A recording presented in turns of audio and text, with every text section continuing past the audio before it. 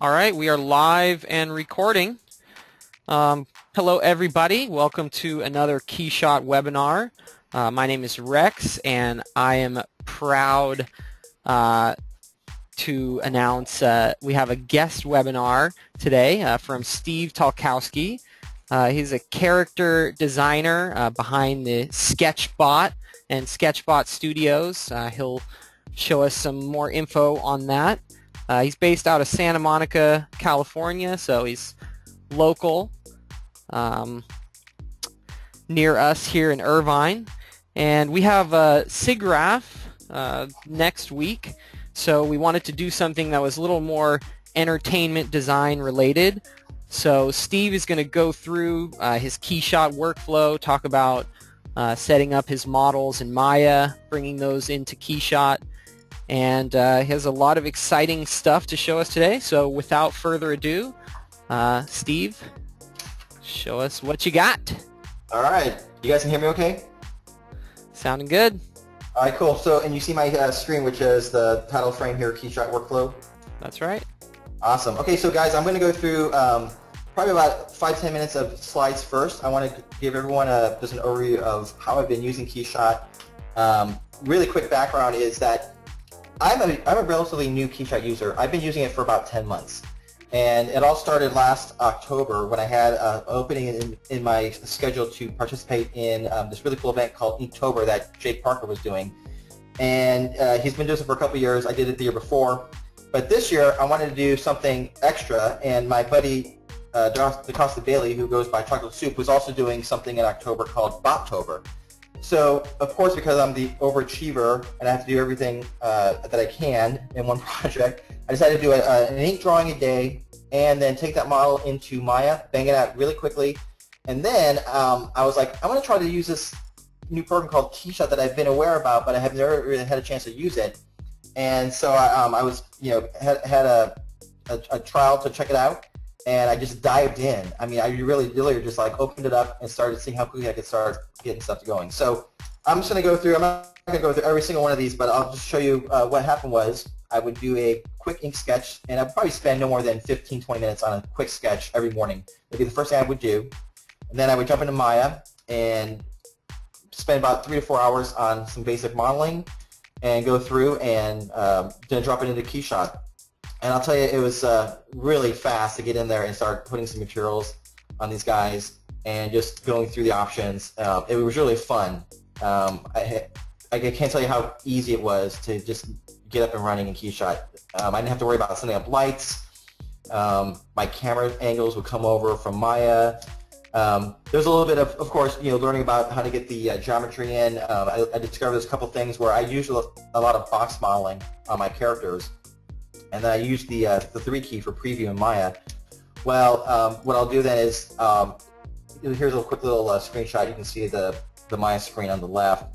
What I'll do is before I send them over exporting as a OBJ file, I'll go ahead and add a poly smooth to them and give it like a resolution of 2 or 3. And then when it imports into KeyShot, they turn out great. The resolution, the tessellation is great. And I just start applying models, and I get these amazing results in minutes, literally. So for the first batch in the Bottober range, these were just me kind of getting my feet wet, jumping in. I wanted to do these designs over solid background colors, and there's a great vignette folders that come with KeyShot 4 that you can now get them on the cloud. And I was using those, and I would just drop in some backgrounds, play around with some colors, and render. Some of these looks you're seeing here also, everything's square based. I was posting these things through Instagram every day. So I would take advantage of the Instagram filters and selectively choose which filter I wanted to accentuate the image. And then this is just a group render of that first batch. So after that was done, we did a quick little trip over to Maui. My family, we went over there for the first time, and I was inspired by the Tiki culture, and I really wanted to do a version of my Sketchbot as a little Tiki warrior. So these are some sketches I did. And when I got back, I did it all in ZBrush. And after that, it was a matter of just taking all the OBJs with their associated poly paint and exporting it as OBJ files importing that into KeyShot, and everything came over like just smooth as butter. I mean, I didn't have to go through and reassign textures. It came in perfect, and I was able to start lighting and adjusting those materials. And people thought this was an actual product shot, because people know I do these toys, and they thought this was going to be my next toy. And this was just me using KeyShot to help out as visualization for what this would look like. This was like a different, like if I wanted to do maybe a ceramic version of the character, I just pop up the glossiness a little bit and the reflections and see what it looks like. Then this is a little shot from Maya. These pieces were split up and actually ended up doing a 3D print of the character. So this was we did a little 3D print show here in Burbank earlier this year, so these guys were on display. But I'll tell you, man, it's like using KeyShot to help me visualize this stuff. It was great. Fast forward to March of this year, my buddy Talkowski was going to do another little Kickstarter called Martial Robots, done a sketch challenge. So I said, let's do it. And this time, my challenge was I wanted to start incorporating live-action plates with my renders. So I had just ordered the new Mac Pro. I was waiting to get it, and so I decided I'd start one off Mac Pro Bot. And this was an image I found online, just kind of like getting my feet wet to see how much I can get the lighting to work. And again, I'm just using the default stock environments at this point. So what I would do is find an image, go through the stock HDRs, and find something that would fit, and then alter those to match. And I'll show you guys when we jump into KeyShot how I do that. I'll just go through a couple of these. This one I found another online. This was kind of getting where I wanted to go with this, where this low angle photography, I found this really amazing backplate that I knew I was going to use for this rainbot. And then that's what the final comp looked like. So then from this point on, I decided to shoot all my backplates. So this guy was a little beach bot. I went to the beach, shot this backplate, and then you see here there's a little bit of before and after. So this is like the render out of KeyShot, and then I kind of go through and do a little bit of grading in either Photoshop or Instagram. There's another. I shot this plate outside in front of my house. I don't know what these little objects are. They fall off the trees, but my daughter calls them Pika Pikas. So here's a little Explorer bot checking out the little Pika Pikas, a little before and after. Some color grading on those. There's another binocular bot. I went out to a parking lot, shot some cool stuff, cropped it. Traffic bot was a fun one. This is the play I shot. This was the image out of KeyShot, and then a little bit of grading to give it a little bit of extra contrast. And this one also was taken into a 3D print world. We used the Mold 3D guys. They helped me out to do this on the Formlabs printer, which is an amazing SLA printer. And then these are some actual shots of I just primed it and painted it. There's trash can bot, backplate, final comp. And again, you'll notice these, I was just using like I said, some of the default HDRI images and just finding ones that would kind of fit with the environment. And there's things we can do. We can adjust the height, we can adjust the size of it, we can adjust the contrast and brightness to help match the backplate. This is kind of fun little surfer bot. Scuba bot. This was a little, I was participating in a thing with the Pictoplasma guys called Selfies, and they were like, take your character and do a selfie. So I kind of was mixing this idea with these performers on Venice Beach, like a little street performer, and he's got a little cell phone in his hand doing his little selfie. So I thought this idea came about. This is a favorite one. This is a little social media bot. There's the finished render of that one. And traffic cone bot. Backplate, the render, and then crop and some color grading on that one. And the cool thing about this one was I used ZBrush to do some quick poly painting on those traffic cones, saved out as a OBJ file, imported into KeyShot, and the textures came in automatically. Just had to go ahead and edit the. I actually, made them a little bit glossy, just kind of accentuate it, but yeah, came in nicely, no problems at all whatsoever. This was a fun little tribute to the 25th anniversary of Hellboy, so I decided to do a Hellbot, and this one turned out really nicely inside KeyShot as well. And there's the grouping of those guys. And then I had to do, I was following the World Cup this year, and I had done a small version of my Sketchbot as a toy. I did him as a referee bot a couple years ago for the 2010 World Cup. It was in an art show, so I did this little custom for that. And what I want to do is I went back and did a sketch, and so I want to kind of revamp that character a little bit. So this is what he looks like.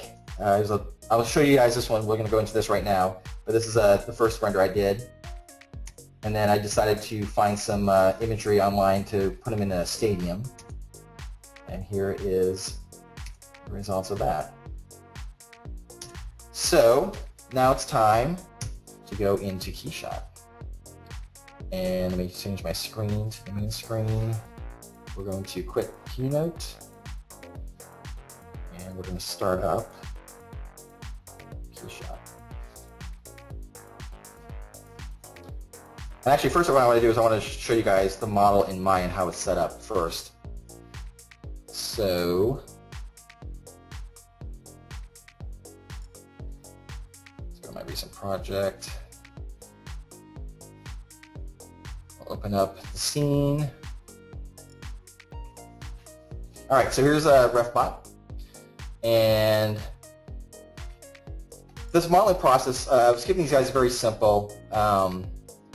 Everything is box modeled. And actually right now I think I have my poly smoother on, so let me just do a quick, take these down.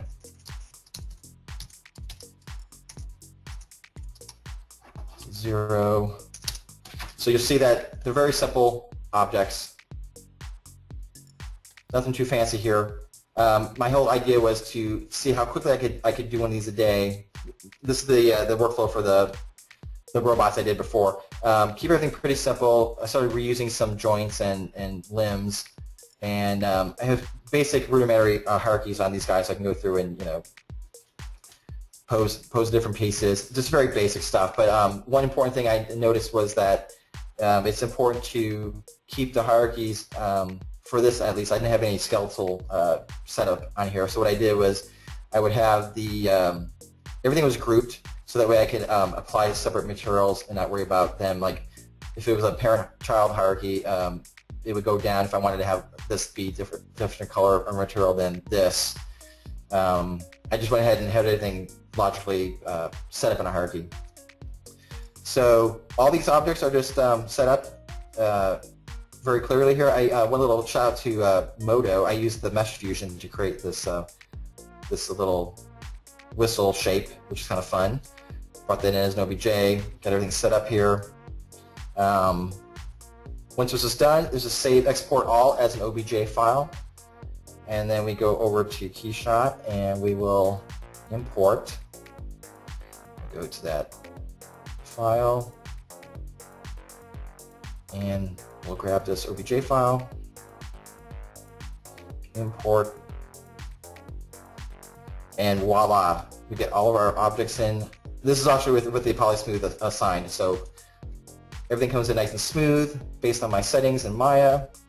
I usually throw in a default ground plane because I need to use it. I turn it off here. So here's one workflow which works nicely is that in Maya I will assign just temp materials if I know where I want to be grouped into the different items. So you'll notice here when in our materials tab that we've got these materials already assigned. So if I wanted to edit, say, the body color, I want to keep this yellow, I can go to this material and let's try playing around with it a little bit. So I can change from the advanced type and I can say let's try turning it into like a metallic paint. And so right there I'm still using the base color, but now I've got the different values that I can play around with here. I can start changing the metal coverage and tweaking this a little bit, the roughness, the clear coat roughness. So I can use, I'm using the base color and knowing that this is what I had set in Maya as far as a guideline, and I can continue editing here, and then we can go through and tweak the contrast and the value here to get it to be what I want it to be. So that's kind of a cool option. But the other cool option is that let's just start drag and dropping colors in. So I've got my the default hot hues is what I was using originally. And so for instance, let's go ahead and apply a silver color to the limbs. And because the limbs all share the same material assignment, I just drag and drop, and bam, they get all assigned the color. And it's really easy to go in. If we need to break that relationship, I can go into the scene file, and for instance, we'll go grab this guy's, the upper arm, and we can unlink materials at any point. So if I wanted to have this arm be a different value, I can now go ahead and drag and drop and then get that result. That's one thing I think a lot of beginners, including myself, didn't know when I was bringing stuff in. Originally, if it didn't have any materials assigned before it brought it in, everything is linked up. So it took me a while to figure that. Then I was like, okay, you can go to the top of the hierarchy, unlink materials, and once you take this off, unlink materials, then everything is discrete. So you can apply material to every single object. But you want to use your groupings in an efficient way, so that way you don't have to go through and do that. So as I'm playing around here, I'm just dragging and dropping stuff. Let's go through, and I think I liked there's a particular glossy paint I love for the body. I think I used this one. The nice thing about this is the texture map I used for this this badge here came in really nice, and I wanted to show you guys a couple of cool things about this. So if you actually click on the geometry and you double click it, you'll go into edit mode, and you'll see here that everything kind of was brought in. The texture map was brought in, and I can actually use this for other things. So if we go down here and make sure that sync is on, and we'll turn on the bump. So let's go back to the soccer bot. We're going to grab that image, which is this. So now I'm adding it to a bump, and what we can do is we'll toggle off the color, and you'll see right now it's black because the diffuse was set the bucket changes to a lighter value, so you can see the bump take effect. There's the bump map, and we can go in and let's just take the value of this bump up. Where's it at? There we go. So you can see we can just pop this up a little bit here. Go back to the properties, and then let's take our specular up. And you can see how now that bump is contributing. And then we can just go back and turn back on the texture tab, and that kind of gets added onto that. So we can turn this off. You can see the difference on. So there's just little things you can use. You can multi-use your maps in that respect. Let's go back to the metallic, and I think I picked a chrome for the whistle. That one looks like a brush chrome, so that wasn't the one I think I used the polished. There we go.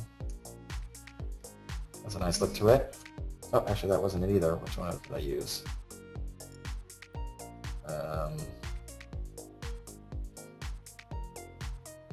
There we go. So okay, at this point I should also notice that I'm just using the default startup material for the HDRI, which is great. It's a great default startup. I like it because it has nice overall lighting. I can kind of see what's going on here. Just so you know, so right now I'm on the Mac, but I'm using the Option Alt key to move the scene around. If you go back over to the Command key and you then rotate your map itself, you can see how the lighting is updating. And so I can kind of see what direction this light source is coming into here. So say if I was going to do this image over a solid vignette, let's go ahead and use that as this test. So we'll go to the Environment tab. I'm sorry, we'll go to the Backplate tab, and we'll find a backplate to use. So for instance, let's drop in, I use something a little neutral here. And this kind of has a nice illustration quality to it. This map is looking really nicely, but say for instance I wanted to maybe add a highlight to this guy, to the image. So I'm not getting that currently with how I'm placing my HDR map. So we can go in here and to the Environment tab, and we can edit the HDRI. So we're going to go here. I'm going to see if I can make this a little smaller. Also, forgive me, I have my screen set to 1600 so that the text is legible. So some of these windows are going to overtake other windows here.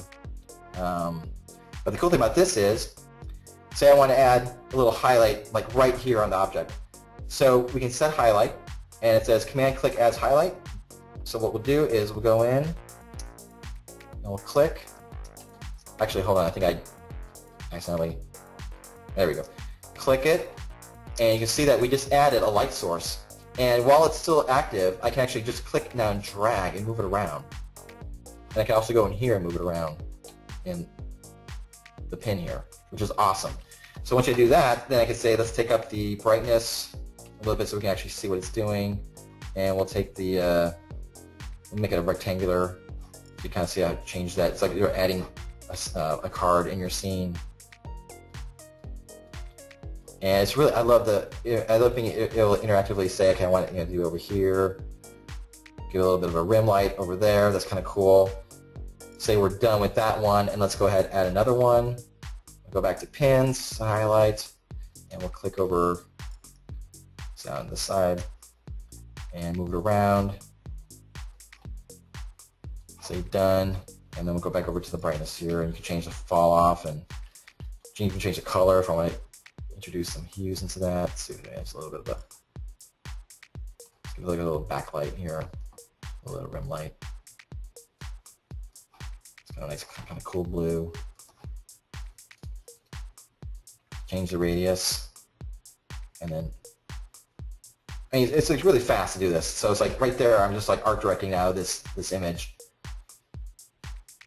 We're done with that. You can also save this HDMI out as a custom one, so you can use that for other lighting scenarios. Let's go back and finish adding some more materials here. I want to change up the feet. I kind of like using this gunmetal. Where's that? Gunmetal here. Drag and drop that on the feet. And say I want to tweak that a little bit, I can even go back into that material now. And you can affect the roughness a little bit. Take the reflection, maybe that goes a little bit higher, a little bit lower. Again, everything is editable, which I love. Very fast, very efficient. Let's drop in a material for the, again, cloth and leather. I don't know if I'm going to see any detail at this point, but I can go ahead and just say, let's try dropping this little brown bit of information in there. You can see a little bit of texture on there. If I was to do a crazy high-res render, that might show up in the final result for print. It's just, you know, you can go through and change that texture out. I think this right now is actually the leather type has a procedure on it. So right there, in a very short matter of time, we get a really nice looking image. And it worked really nicely. So now, when I was doing the back plates, I wanted to do something in more of like in a stadium or in a kind of real world situation. So I did a quick call out on the internet. Hey, anybody know where I can find a good HDRI of a stadium? And I'm just going to pop over this window here. There's a great little shout out here to the HDR Labs SIBL archive, and wouldn't you know it, they have one right down here. It's called Stadium Center, so I downloaded that. These are all free to download, and we'll pop that guy in. So we'll go to environments. Okay, one other quick thing is under environment now, you'll notice that we've got this backplate is causing the backplate here, and a couple things I'll do for final renders on this stuff. So I'm digging that we got ground shadows here. If you want to try turning on some ground reflections to get a pseudo, reflective surface, let's see what that looks like. You see how the angle changes based on the camera. So, more of a grazing angle. Just in real life, you're going to get that harder reflection. And then as you kind of pull up, you'll get a more subtle reflection.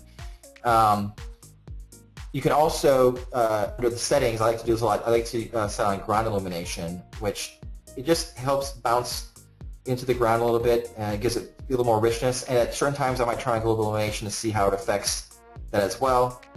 It's just a per case basis. Sometimes I'll use it, sometimes I won't use that. And I usually, the rate mounted 6 is pretty good for now. Sometimes I'll bounce it up a couple more just to see how much back and forth I'm going to get here. But the default's work pretty nicely, and you can also change the stuff at render time. So let's go back to the environment. So now instead of using the backplate image, or if I just put a color in there, you can see that you're still getting the HDRI contribution, but now you're just running it over a solid background. So you can change this to whatever you want. If you're just doing also for presentation purposes, we'll cancel that out. But then if you want to use the lighting environment, now we go back to the lighting environment, you'll notice that this lighting environment, you can see that it is the startup HDR map that we dropped in there. And there's that blue light we added, and then there's the card we added over there. So let's add an actual environment. And this is where it gets really fun too, because you just go through the pre-built defaults and you start dragging and dropping and say, I'm going to say don't save that change on that HDR map. So here we go. Here is one of the defaults. And again, it's good to, I like using the startup lighting as an idea just to get my materials look the way they want to. And now when I drop them in the different HDRs, you can see how that lighting affects this material. So you might say, oh, this looks a little bit washed out. Can I actually use this? Well, here's where then I go in and I will actually start maybe taking the contrast down on the map and maybe affecting the brightness. And sometimes I'll do renders where I use this this mapped image on a sphere as the backplate. Other times I'll just use it as a guide. We'll hide it so that we'll say, okay, I'm using that contribution. Go back to the backplate, or we can actually load in a backplate that is that will match that. So for instance, let's try this backplate here. So now I've got like an outdoor environment. It's not being lit by this particular environment, but it's being lit by this outdoor environment. And it's just a matter of matching up. One thing I like to do is, say for instance, you can see where the horizon is on this this map. And say, for instance, okay, here I'm in like in this dense forest area where I would probably be getting less contribution from the sky because there's a lot of these tall trees in here. What I could do is I could actually take the height and drop it down, and you'll see that that actually ends up being reflected in the map itself. So if I go the other direction, you can see how there's, okay, I'm sorry, here, this is actually less amount of sky. As I drop it down, you can see how this drops in more of that sky. So that's a key for getting things to kind of integrate correctly, is kind of try to, just don't settle on the defaults. Try to take those defaults and adjust them so that actually will react to what the real world you're trying to suggest in. And so a lot of times, people are using KeyShot just like, car renders and whatnot. And a lot of times I see like, you can tell when it's just a default because sometimes the scale of what's being reflected into the object is not matching the environment if it's a separate environment. So you kind of need to take that into account. Use your eye, kind of go in there and just adjust these things to make them work right. You can change the size of the map, of how it's being projected as well. It's subtle, but you can kind of see what it's doing, give my information. And again, you can rotate to see how which direction the light source coming. That's another big sicko too. Is like try to really kind of determine where, if you have sharp shadows in your scene, that'll give it an indication of where the sun is or where some lights are, and then adjust your map accordingly so that the shadows go in the right direction, because that would be a dead giveaway of non-integration. This here, the shadows are coming from all over. You can't really tell, so this just kind of grounds it here.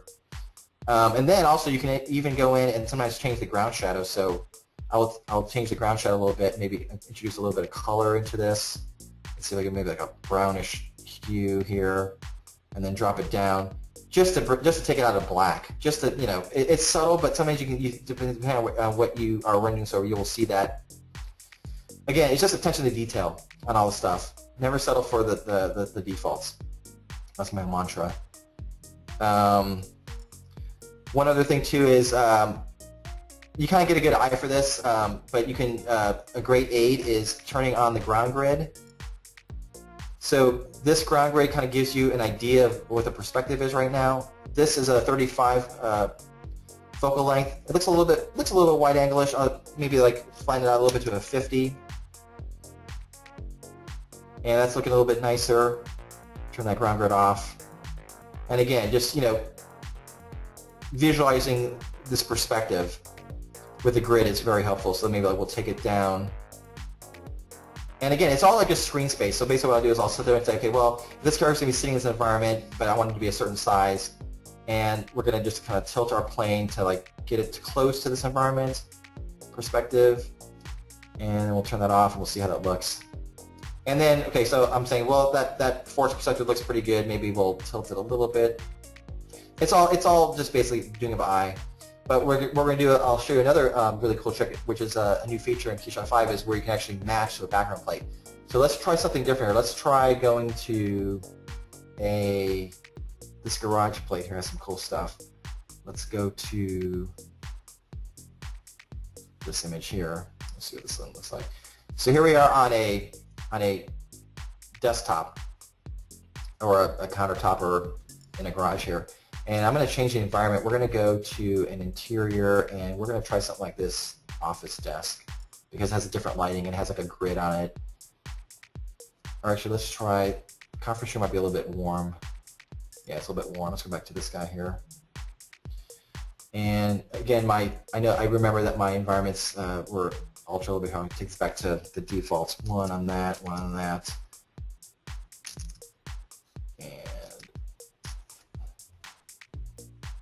I'll get back to 0 on that one, and let's see what we get. So it's kind of implied that there's maybe a little bit of a lighting grid on top of this countertop. So if I go back to my grid, turn on the camera grid, ground grid, you'll see that it's looking pretty good. I mean, I can visualize these parallel lines. This is looking pretty nice. But say we need a little bit of help with that. So what we can do is we can go over to our camera and match a backplate. So this is a kind of a really cool tool. So what you're going to do is you're going to take these coordinates and you're going to match them up. So we're going to take the Z and we're going to match it up to some knowns on our plane here. And I'm going to just eyeball some of this stuff. This one here is going to be based on this. There. We'll take our Y.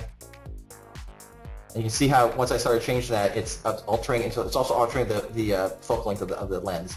So I'm going to go with a known vertical there, and we're going to go with a known vertical, say on this can. And then we'll go to our x-axis, and I'm going to use this as a guide, and then I'm going to take this one, and we're going to go to the front of this ledge. So kind of just so you're using some known points in there. And now if we turn on our ground grid, check that out. It gets pretty close. It's not matching perfectly, but it gets you like 99% there. So I mean that looks pretty good. So if you want to tweak it a little bit, you can say okay, and then we can say okay, you know what, that's cool, but now I'm going to turn this on. I'm going to say, you know what, I'm going to just like rotate it just a little bit down, just because I want to maybe, you know, feel a little bit more on that plane. And there you go. That's on that plane. And then you can just like move it in screen space, and you can see how, okay, it's wherever I kind of just move the work plane, it's going to work. So it's kind of cool. We got that. And again, when you're rotating, I kind of just try, you know, when you rotate, just kind of try to keep it in that general area if you need to have a character move relative to that. Again, it's if you're actually matching just for a still, it works great. And then if you go in, use your eyeball, and use that ground grid, get it kind of keyed up, and then you're good to go. So that's kind of a cool little trick. Let's see what happens when we turn on the. This surface actually isn't reflective, but you can actually, if you needed to do that, you could slap on some ground reflections and tweak that a little bit in Photoshop if you need to. The ground shadows here, go back to a little bit more of a cooler, darker results. Maybe not that much saturation. And I can go back in now and just holding down the command key, readjust the lighting for that. So there we go. So let's go back to the one I was going to do, is actually the outdoor, which will be the stadium center. So drag and drop that in. And I'm going to change this, because I'm not going to use this backplate, I'm going to use the lighting environment as the backplate. So there we go. And I think for this one I used, let's see, actually we'll go ahead and line up our object first, and I'll do something like a 50 on that.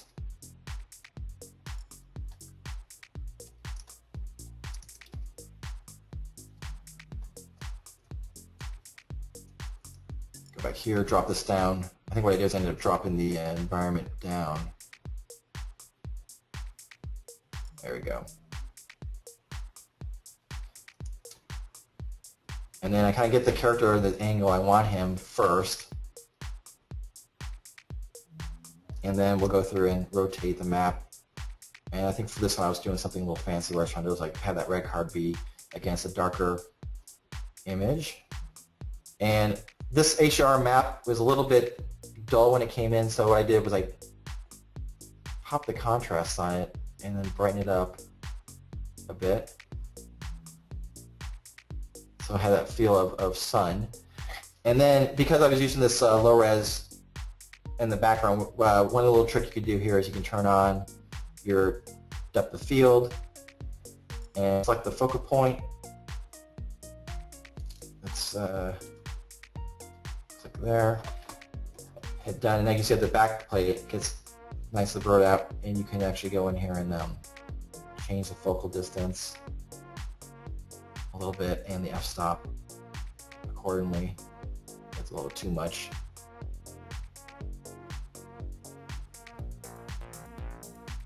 This is kind of nice to throw out a little bit of foreground of focus just to kind of give that realism. Takes off that hard edge, blurs a little bit.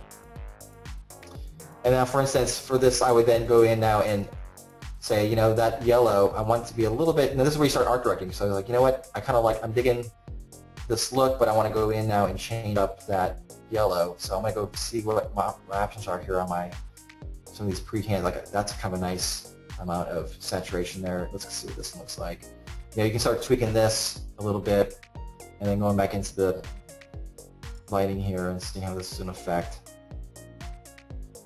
The contrast back down a little bit. And then what I'll do is I'll, you know, once I got this going, once I do the render, you can take it into Photoshop and do a little hue saturation on it. You can also, if you're going to render this out here in KeyShot, you can set up a render, and while it's rendering, we can do a certain amount of, hit render, and you do a certain amount of tweaking here. You hit the little pencil tool, and while this is rendering, you can affect saturation, hue, and a couple things here so you can kind of see what's going on overall on the image. Kind of push and pull this, and then when you save out this, it will save this out with this information. You can put a little bit of bloom, and it's kind of a cool little intensity here on the bloom radius. Let's see, take the threshold up a little bit so it's affecting it. Let's see. There we go. It's subtle. And then add a vignette to the image. But I usually do all this stuff in Photoshop. So right now I've got 12 cores. I have a 16-core machine, so it's 12 cores right now. It's going pretty nicely. This is not too big of an image, but you're getting a final render with the depth of field on the background. Cricut approves. So this will bake a little bit more. We're almost done. It's looking pretty good.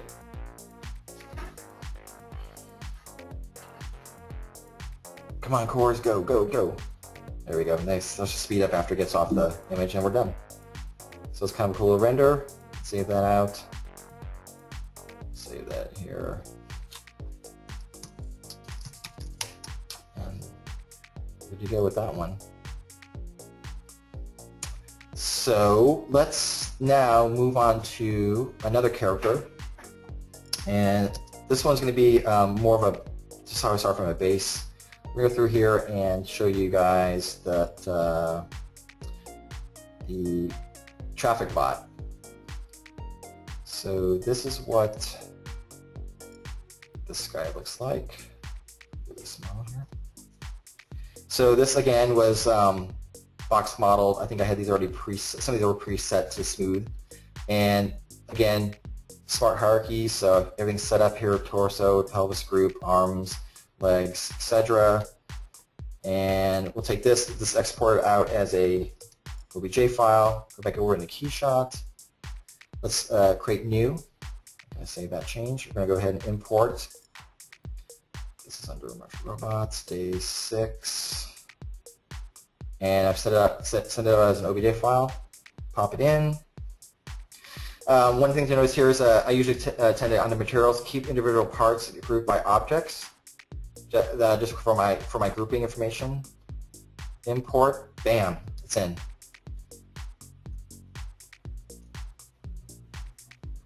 Make sure, okay, yeah, so there we go.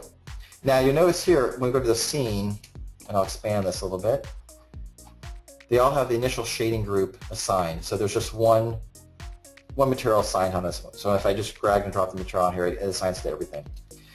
So let's go back here. We'll go into materials, right click, unlink materials.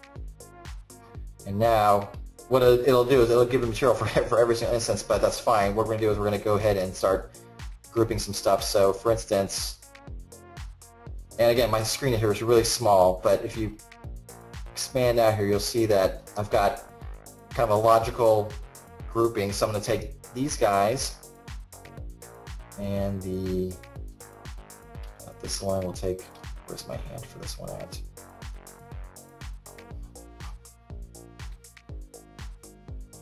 There's the hand, so that was that's the right hand. Here we go. So this, take all these objects here. There we go. Group everything together. Let's already group. Okay, we'll take that, and then we'll say right-click, material, link material. So now, if I wanted to go in here and add, where's back to my hot hues, and add silver to that. And what we'll do is we'll take this piece here and unlink that, because that's going to be a different material. So unlink that. Actually, I have to look at my reference again, because I can't remember what colors I put on this. Hold on here. Metro Robots, day 6. We'll just look at the final. There we go. So that's okay. These are yellow construction light stuff. I use black for the limbs, red, so on and so forth. So on my other screen, so I can use it for reference. So we'll go through here. I think I might have used as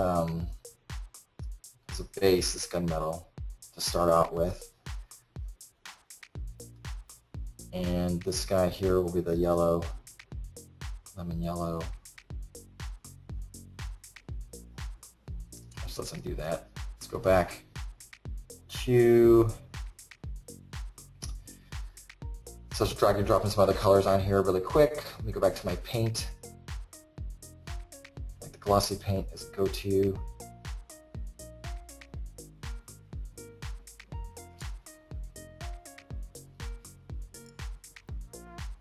Actually, again, now this is where I have to kind of go through and start grouping stuff. So what I really should do is group this and group that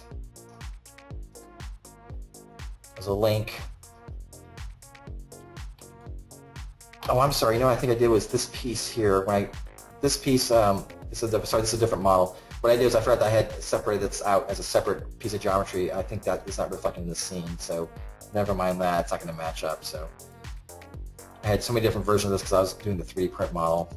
Go back to my materials. Let's see what I had here set up. Yeah. Drag and drop that. Let's go back and we'll clean up this arm. Let's see here.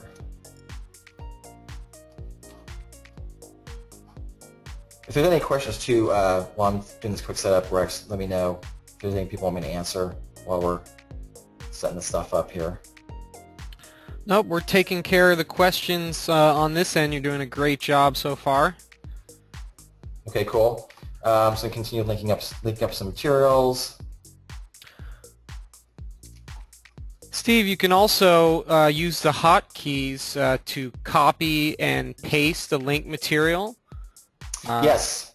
Yes, I forgot about that too, yeah. Shift left click and then shift right click onto that arm piece, and you can link those up without having to fuss through the scene tree.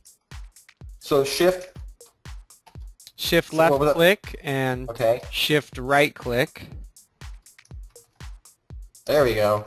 And now those are linked, so that'll also help organize your in-project materials palette a little better there. Oh, you know what? I have never used that before. That's a cool little handy tip. Look at that. I just learned something new. And as a reminder to everyone out there, you can always press the K button to bring up the list of hotkeys. That works great, guys. Look at that. Just bam, bam, bam. Yeah. Thank you for that tip. I didn't know that. No problem. So that's really fast. Yeah, because it's quicker to do it here than going into the interface. Boom. That was a lifesaver. Do the same thing here. Click, click. Got it. And we're going to match up shift left, shift right. And for the red here, let's go ahead and pick. I used something like that. Shift left, shift right. That works great. I just lost my red on that. Let's undo. Let's do that. These intermediate ones are black. And then here's a cool little thing I was doing for the hold on, here's that. For the traffic light. This is a fun little experiment. I think on this one, let me just go back to Maya. I can't remember if I had my UV set up. Where's my... No, I didn't have UV set up on this one. I think I had, at one point, I did definitely project it from the front, so I had a flat projection. No problem. What I did was, for this one, I was playing around with trying to get the traffic light to be green with like an idea of like kind of ridged glass. So I think there was one of these glass objects that was exactly what I needed. Let's see, I can't remember if it was this one. And I think when I did that, I made sure that it was applied as a box map.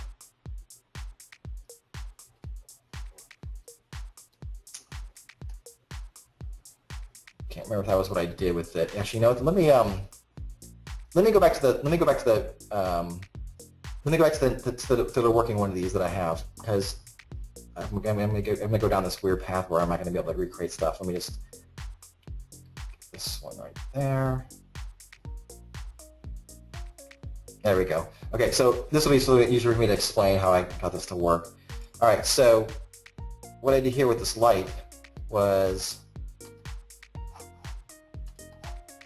okay, so I had this glass ridges, which was a glass with a bump on it, and I think I ended up doing some tweaking on the values and the bump height. So one cool thing was also, this is really cool, I wanted to then have this be illuminated. So how did I do that? Well, what I did was, on the lens here, I duplicated the object. I'll turn it off. I duplicated the object and I assigned a light source to it. So right now you can see this is just the shape with the bump map on it, and it's kind of like it's looking pretty good, but it needed to be lit. So then what I did was I duplicated the object, and then what you do is you assign a light source to it. And now we say what this light source is. It's just an area diffuse light that I put in there. And you can affect the lumens. It can be lumens or watts, and yeah, the more you take it up, you can see it's contributing light. It's really powerful. So I just dropped it down to a small value, sorry, 0.5, and I got a nice amount of light and glow in there. And that, just right there, that little trick saved me from actually, I didn't actually have geometry in there for that. What I ended up doing later is when I ended up doing the actual 3D print for this, I just made a simple texture map in Photoshop of just some lines. I actually did some research online. I tried to find something that was radio. I just did something that was really clean. Did a projection mapping in ZBrush, and those bumps came out really nicely. But being able to kind of like simulate that here in KeyShot, which is really simple. Just took me a couple minutes to figure out how to apply stuff and like duplicate two things at once, which is nice. And so, for instance, that's another thing too. Like right now, this shadow is being just the shadow from the map, the HDRI map, and I think that one I'm using is just the stock background one. You can see how I pumped the contrast quite a bit on this one to get it to be a little harder hit. But one cool thing is, so say for instance I wanted to add a sharper shadow or something onto this guy. Well, what you can do is you can go into to edit. You can add some geometry. So I'll just add as a guide. I'll just add a sphere, and we'll pick on that sphere, and you can move it.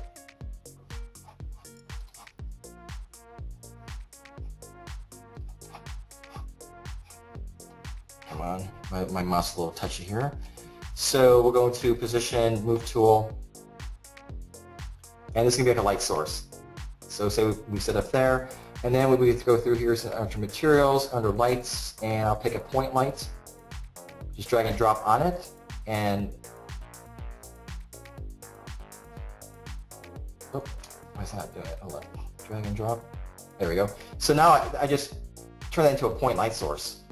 So now, here it is, and we can edit the material. And it's very hot, so we'll take this down. You have to go to lumens. And you can see the contribution of that light. So you don't have to rely just on the HDR map. If you want to add light sources in there, you can do that too. And we'll go back here and I'll move this around, and you can see in beautiful real time how that is affecting that. Go through here and just do a quick little, let's see, maybe move this back, a little bit of backlight on him. That's a little too extreme. Let's go back to that guy. Let's actually move him up a little bit higher. There we go. And we'll adjust that. And now I've got an extra light source that I can also, I believe, change those, can change the, hold on here, where did that light source go? You can change the radius of that to soften it up.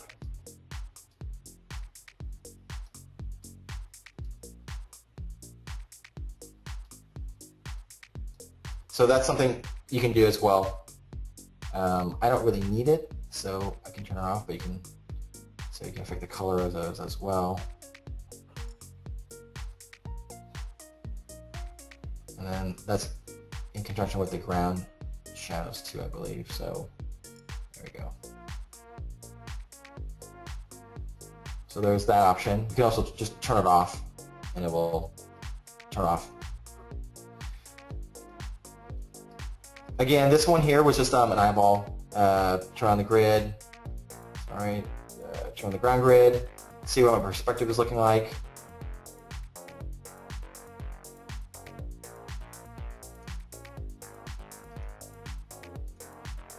And it looks pretty nice.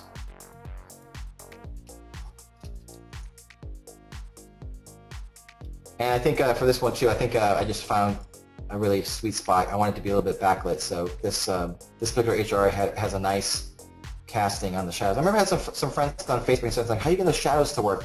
And honestly, it was just from the HDR light. I wasn't adding any additional light sources in here. I'm just relying on the lights I'm getting from the HDR, the shadows, and just kind of like tuning into my advantage. Really quickly here before we run out of time, I wanted to show you guys the Tiki bot, because that is a very cool example of taking something from ZBrush and getting it in pretty quickly. Tiki bot. Where's my Tiki bot? Tiki bot. I had a ton of stuff in here because it was hollowed out for printing. I'm going to go find my KeyShot folder. And we've got final, of course I can't remember which one is which here. This is done back in November. We've got I don't understand why there's a 6. Let's try opening this one up.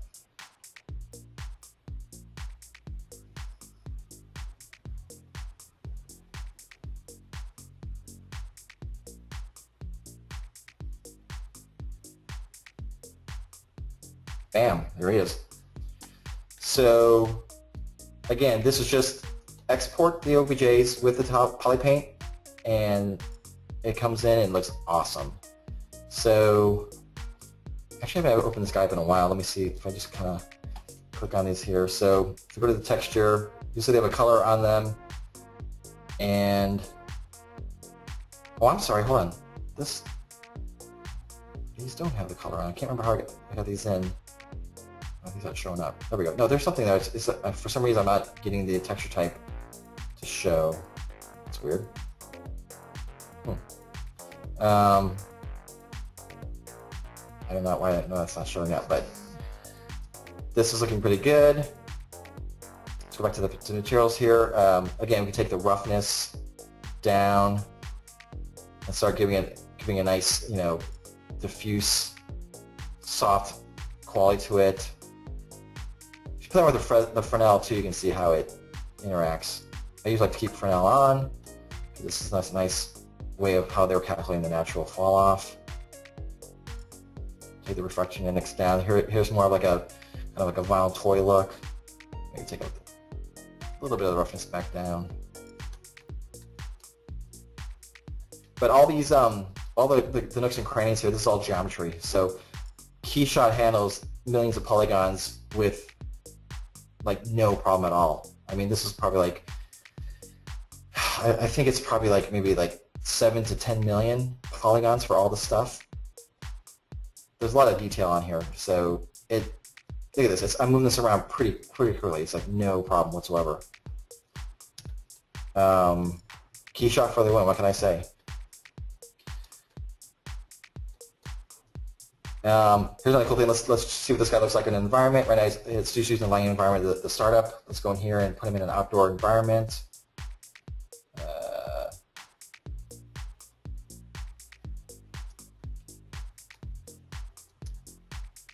Let's see.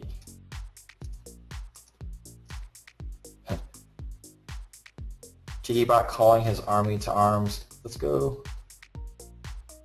Just gorgeous. Just being able to see this in real time. Let it cook a little bit, and you're good to go. I mean, it's just that fast. Let's go to interior here. I always like playing around with the warehouse. Got some good hot lights in here as well from over here as well. Okay. See what it's looking like here.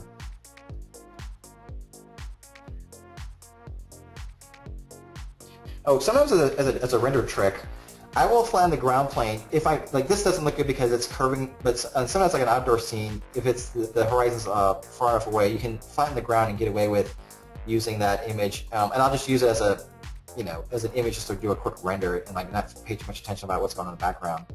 For instance, like if I do this, I need to like change the height to kind of get him to sit. But then you can kind of see how it gets a little bit too wide angle lens here, so we can change that. Take it up.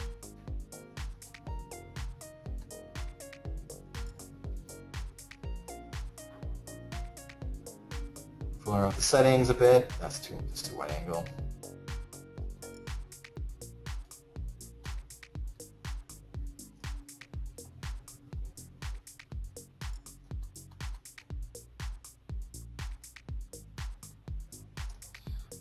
Conference table.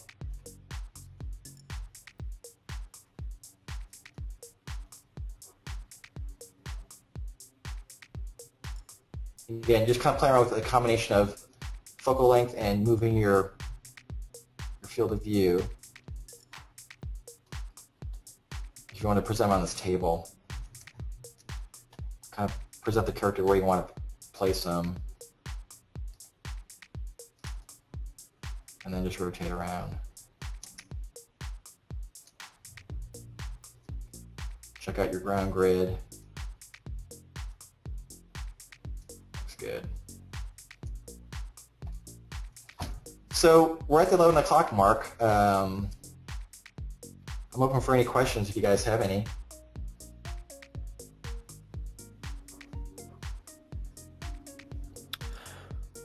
Hey, I had a question, Steve. Did you add the depth of field or the lens blur to your backplate image in Photoshop, or was that from the image itself?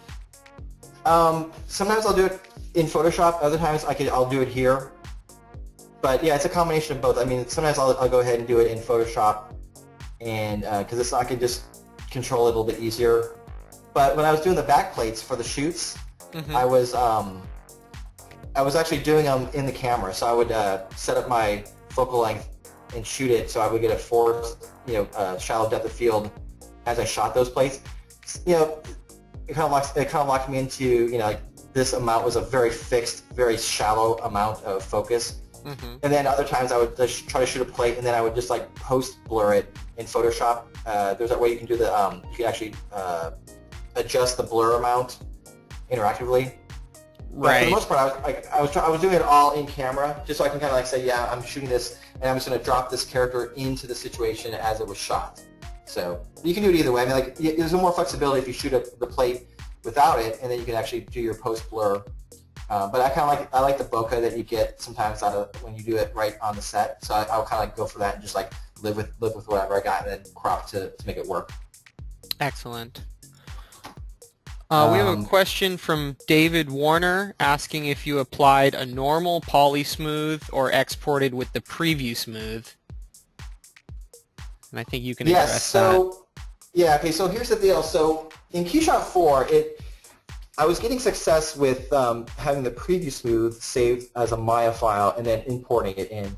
We're having I think I'm having some issues with my machine. There's we don't know what it is yet, a permissions issue, but I'm not getting it to work in KeyShot 5 the right way with a preview. So what I'm just doing is I'm just applying the poly smooth discreetly to whatever surface I need. Assign it to like 2 or 3. I'll put that, export as an OBJ, and it comes in fine. So that's the workaround. But I do know that at some point I was getting it to work when I was hitting preview to poly. But I don't know if that's 100% supported or not. Okay, yeah, I think we'll have to wait and see for 5.1 what's going to happen with that. I don't know if I showed you guys the, let me see if there's, hold on here, I think I have some other older KeyShot, just test stuff.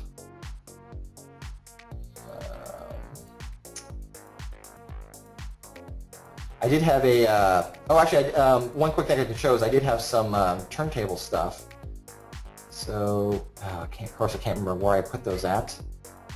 I did a turntable carousel of the traffic, of the, I'm sorry, the social media bot. Where was he at?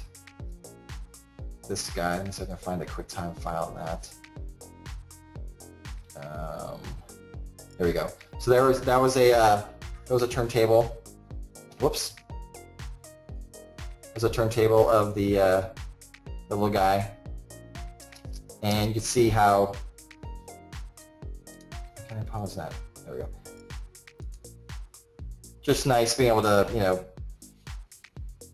check that in the environment. This is kind of fun too because I used the. I think on this one I did a trick where I actually have a plane set to ground, and I did the blur reflection because what happened was. Sometimes that's another trick I wanted to mention was that sometimes you want the blurred reflections to be a little bit harsher, or you want to be able to control it more than what the default turning it on in the environment tab. So what I'll do is, so for instance here, I don't think I have a ground plane active on this one. Let's see. Now, so what we'll do is I'll just go ahead and go to, we'll edit, we'll add some geometry, we'll add a background, we'll just add a ground plane. So you can see how the ground plane is now there. Let me turn off this for now. We're just going to go to color. And that ground plane, material on that ground plane is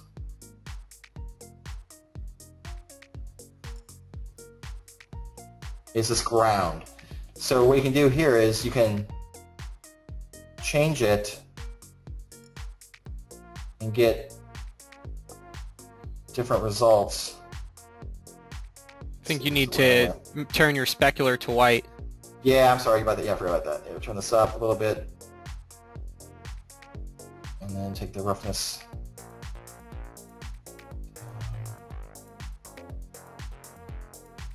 Is that doing what I wanted to do?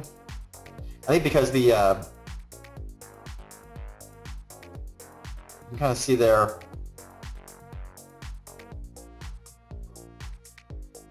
affecting the amount of reflection in that plane. I don't think I'm doing this the right way, but that's the trick, is that you want to kind of override. I think instead of the ground material too, let me see if I just go to like metal. So here we go. Here's this basically just shows you the roughness of it. There we go. But you can render that as a separate pass and comp that in later. Some of that I like being able to control the amount of that roughness, especially if you're at a different angle. Sometimes you want to cheat it to get the look that you want. That's pretty cool. Steve, Dries is asking if you use KeyShot for commercial work as well, or is it just for personal use?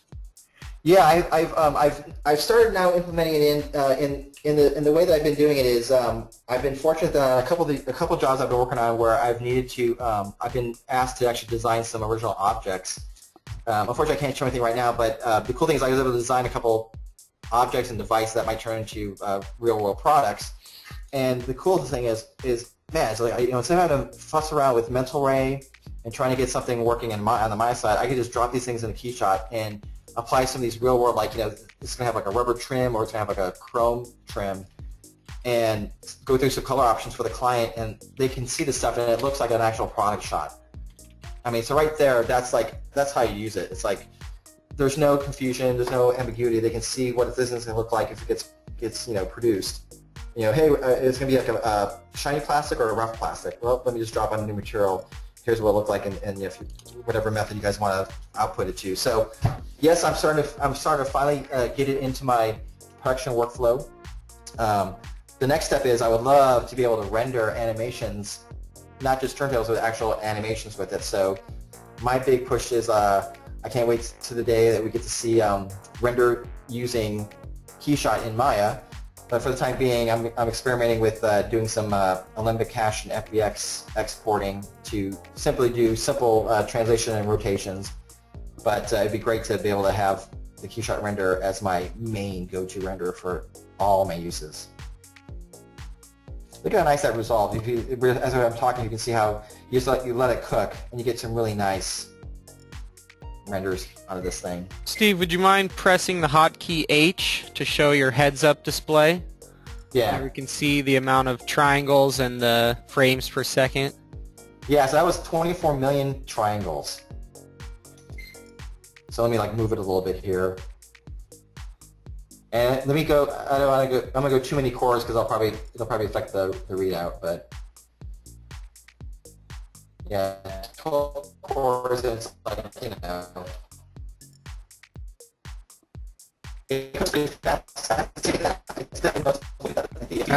Steve, we can't hear you.